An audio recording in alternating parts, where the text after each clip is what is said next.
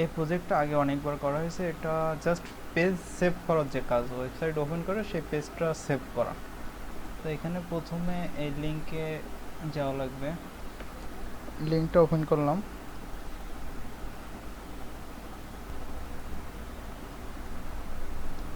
Open হওয়ার পরে এইগুলো সিলেক্ট করা লাগবে। ফার্স্ট এটা অল, এটা অল, এটা অল, এটা অল, মানে পাঁচটাতে টোটাল অল।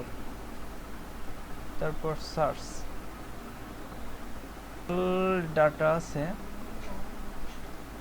864টা। এখন টোটাল ডাটা কতটা আছে ওইটা বিষয় নেই, এখানে টোটাল পেজ আছে সম্ভবত 80টা মতো। প্রতিটা পেজে 10টা করে ডাটা থাকলে 864তে কয়টা আসে এই আর কি।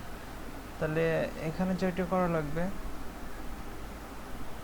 এই এই পেজটা সিলেক্ট ওপেন হওয়ার পরে জাস্ট কন্ট্রোল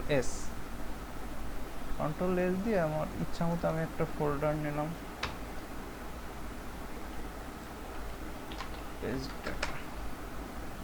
এখানে আমি এটার নাম্বারিং করলাম অন, কারণ এটা 1 নম্বর পেজ।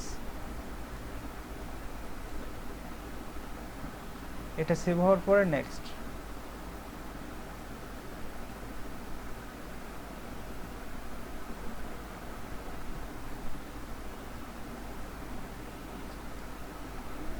নেক্সটটা ওপেন হলো, এটাও সেম সিস্টেমে সেভ হবে। এটা 2 নম্বর করলাম, এটা সেভ কমপ্লিট হয়ে তারপর আবার নেক্সট। এটা কিন্তু নিউ ট্যাবে ওপেন করলে কাজ হবে না, আমি যদি এই জায়গায় পেজ 2 লিখেও দিই তাহলে কিন্তু কাজ হবে না, অবশ্যই নেক্সটে ক্লিক করে তারপরে যাওয়া লাগবে। ক্লিক করে করে না গেলে এটা কাজ হবে না।